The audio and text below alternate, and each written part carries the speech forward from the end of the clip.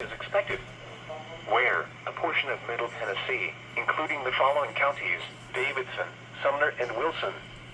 When, until 7:30 p.m. Central Daylight Time. Impacts, minor flooding in low-lying and poor drainage areas. Additional details, at 5:24 p.m. Central Daylight Time, Doppler radar indicated heavy rain due to thunderstorms.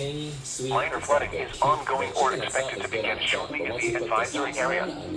Between 0.5 and 2.5 inches of rain have fallen. Some locations that will experience flooding include Hendersonville, South Julian, Goodlettsville, Lakewood, Old Hickory, Hermitage, and Green Hill. http://www.weather.gov/safety/flood turnaround. Don't drown when encountering flooded roads. Most flood deaths occur in vehicles. In Nashville at 5 p.m.